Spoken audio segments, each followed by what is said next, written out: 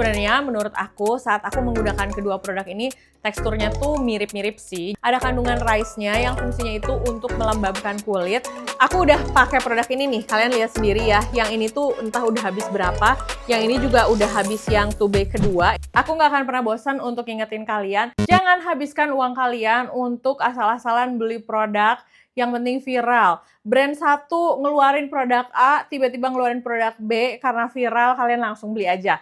Enggak, jangan. Kita akhiri era itu, nah biar aku aja yang nyobain produk-produknya, aku jelasin fungsinya, aku jelasin kira-kira ini tuh cocoknya untuk jenis kulit apa, kalian pertimbangkan kira-kira yang cocok sama kalian apa ya, baru dibeli. Jangan asal-asalan beli ya, karena menurut aku ya lagi in this ekonomi, sayangilah uang kalian dan sayang juga sih mukanya kalau asal-asalan pakai produk viral.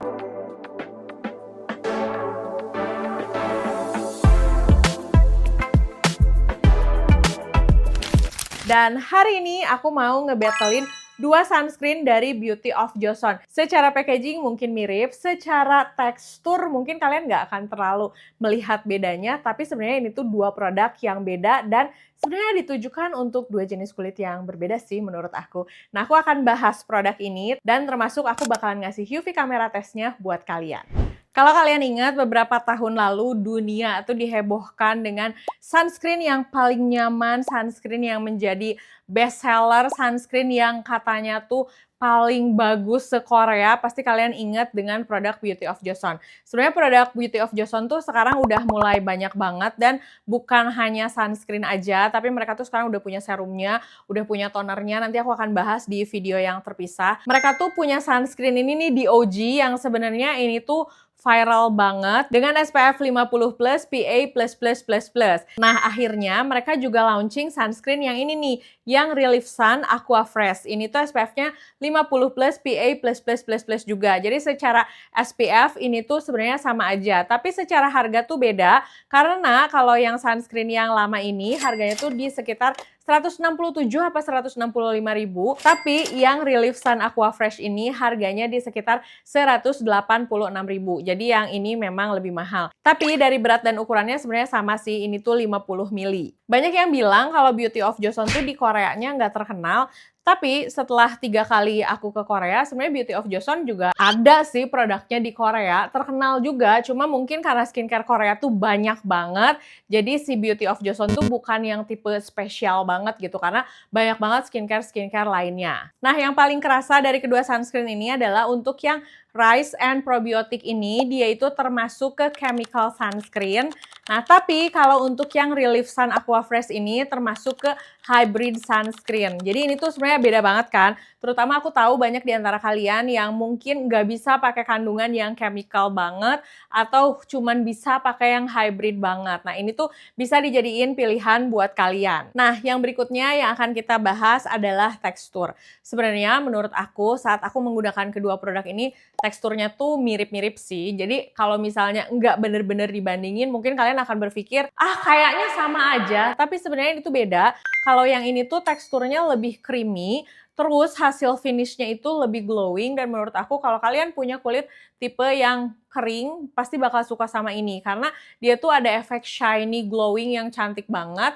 Nah, kalau ini lebih ke watery gel teksturnya, ringan banget. Jadi kalau misalnya tipe kulit kalian tergolong kering, kalian bisa pakai yang Rice Probiotic. Tapi kalau misalnya kalian tipe yang kulitnya tuh lebih cenderung berminyak, kalian bisa pakai yang Relief Sun Aqua Fresh ini. Perlu dicatat juga, walaupun produk ini tuh dua-duanya bisa dipakai untuk semua jenis kulit, tapi kalau kulit kalian berminyak atau acne prone, mungkin kalian akan lebih nyaman pakai Relief Sun Aqua Fresh Sunscreen yang ini dibandingin yang ini, karena buat kulit berjerawat juga pasti harusnya tuh akan lebih nyaman yang ini dibandingin ini, karena ini tuh menurut aku efeknya lebih glowing, terus kayak lebih oily sih kerasanya.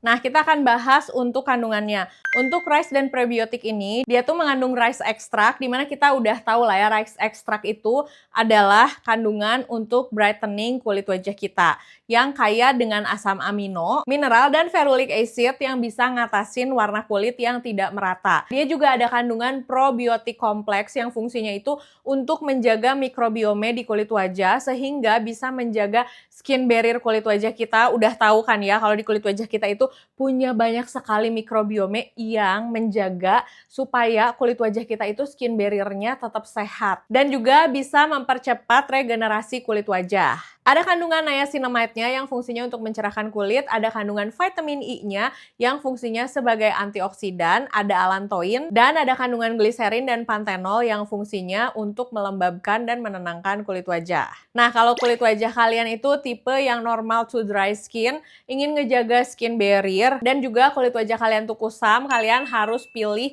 yang Rice and Probiotic ini. Nah, kalau untuk yang Relief Sun Aqua Fresh ini, dia juga sama sebenarnya. Ada kandungan rice-nya yang fungsinya itu untuk melembabkan kulit dan juga untuk brightening kulit wajah kita. Terus dia juga ada kandungan B5 dan pantenolnya. Ini tuh kandungannya lebih utama dibandingin yang tadi. Dan fungsinya tuh untuk soothing dan juga menenangkan kulit wajah. Terutama buat kalian yang kulitnya itu memerah, sensitif, atau punya kulit jerawat yang lagi inflamasi. Ini oke banget sih menurut aku. Nah, ada kandungan niacinamide-nya juga. Niacinamide juga bisa mengontrol minyak dan juga bisa mencerahkan kulit wajah. Dia juga ada kandungan Centella asiatica yang fungsinya untuk menenangkan kulit yang lagi inflamasi dan berjerawat. Ada allantoin untuk bikin kulit lebih calming dan anti-iritasi. Nah, yang terakhir ada glycerin dan betaine. Jadi dia tuh tetap bisa menghidrasi kulit, tapi menghidrasi kulitnya ringan aja. Jadi nggak akan bikin kulit jadi kerasa greasy, lengket, nggak nyaman, dan nggak bikin kusam. Walaupun sebenarnya aku pakai yang ini juga dua-duanya sih nggak bikin kulit berminyak, nggak bikin kulit jadi kusam. Nah, ini aku kasih lihat sama kalian hasil UV kamera tesnya, dan dua-duanya tuh terdetek gampang banget di blend nih.